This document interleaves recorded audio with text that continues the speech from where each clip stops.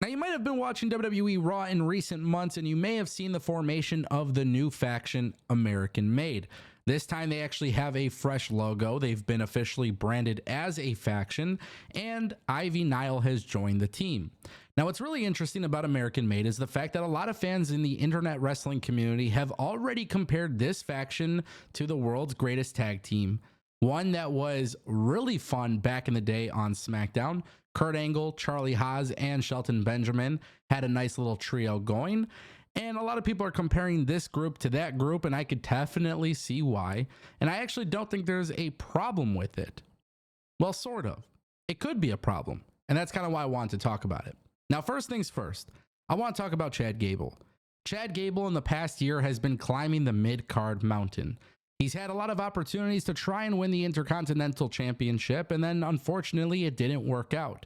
It then led to a feud with Otis and the Alpha Academy. And what's really interesting about this is that story kind of went to a halt because of the Wyatt Six going after Chad Gable. Now, thankfully for Chad Gable, his new stablemates, Brutus and Julius Creed, it obviously turned into a much bigger story with a much larger picture. But we cannot forget about the fact that Chad Gable came up short against Gunther and Sami Zayn. Now, this is actually very similar to LA Knight. LA Knight had a lot of things going for himself. He was chasing gold, fell short. Time and time after again, he was just kind of there, but not really doing anything significant. And then eventually, when the time was right, LA Knight became the United States champion by defeating Logan Paul. And I've been telling people for a very long time that Chad Gable is basically growing at a rate that is so quick, but it is the wrong time to essentially give him a belt, which is why now that he's in this faction, it allows Chad Gable and the group to be used prominently on television. But the problem is, how long do you wait until you crown Chad Gable a champion?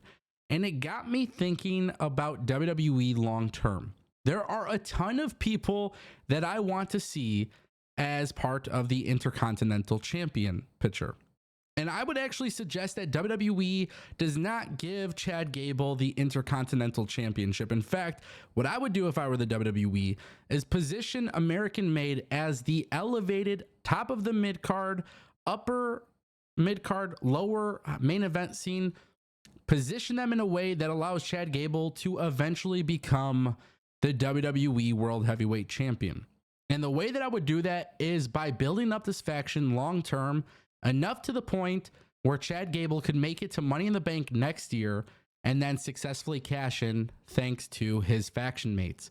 Now, a lot of people might be wondering, why am I suggesting Chad Gable missing out on the mid-card title? And the reality is this. You have a lot of talent on Raw. You have Ilya Dragunov. You have Sheamus. You have Bronson Reed. You have Ludwig Kaiser. There's a lot of other guys who can benefit more than Chad Gable for winning that Intercontinental Championship. And if you have Chad Gable, an American Made, basically dethrone everybody for the next year, and you actually put them in exciting storylines, then there is an opportunity where Chad Gable could skip the mid-card title and eventually become the World Heavyweight Champion. Now, you might be wondering who should be the World Heavyweight Champion at that time. And I actually believe it should be Gunther.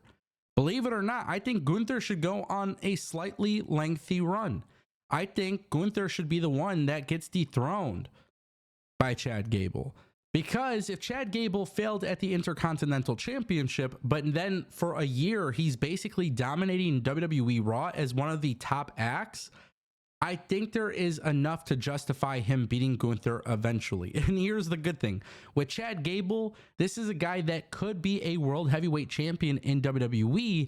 It just all stems from booking. And you might be arguing, well, hey, it didn't help that he was losing the Intercontinental Championship matches. And that's a fair assessment, 1000%. But I think it's really important that we acknowledge that you can correct that booking by strictly booking good television with Chad Gable, Julius, and Brutus Creed for the next year. In fact, what I would do is actually have Brutus and Julius Creed become World Tag Team Champions. They should be the ones to dethrone JD McDonough and Finn Balor.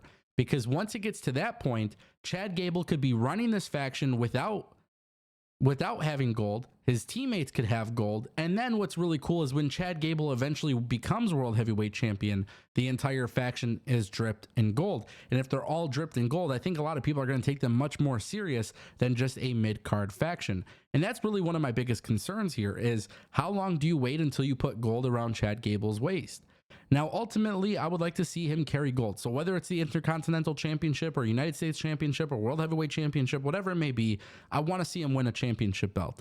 But if you look at the world's greatest tag team, back in the day, Kurt Angle was a world champion.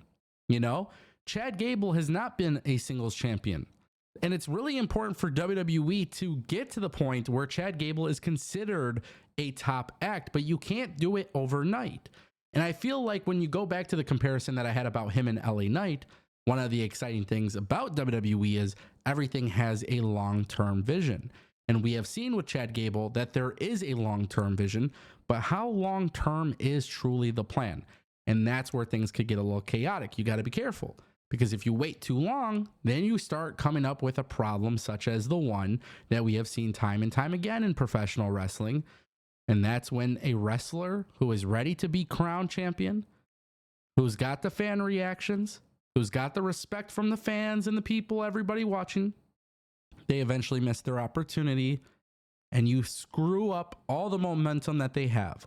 And it's a tricky game that you're playing in WWE because there are a lot of wrestlers with momentum. It's not like how it was years ago where there was only just a handful of top guys. In WWE in 2024, and probably most likely in 2025, there's going to be a lot more people that are ready for that top spot. And then you got to decide, okay, who do you give the belt to based on the certain reactions that they're getting and whatnot. American Made is one of my favorite factions. And I love the fact that Chad Gable's bringing up 2 NXT 2.0 guys and Ivy Nile. These are people that weren't really experienced prior to coming to WWE. Sure, they had a little bit of experience, but they're not the most experienced. And the cool thing is, people actually enjoy watching them wrestle. And now you put them with Chad Gable, who is a very funny, charismatic guy.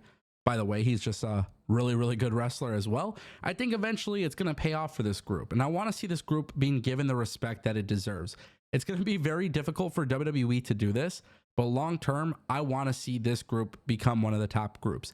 If you can do it with the Judgment Day and you can do it with the Bloodline, I think you could do it with American Made. And I also just want to point this out. There's a lot of other factions in WWE, and I think all of them have potential. So if I were the WWE, I got to really look into the grand picture and say, okay, who is leading a faction that's not a champion right now and who should become a champion?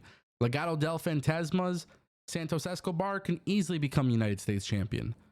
Karrion Kross can easily become a champion. Chad Gable can easily become a champion. But if you're looking at out of those 3 factions, who has the leader with the most momentum, it is clearly Chad Gable. And I just don't want to see WWE miss the boat.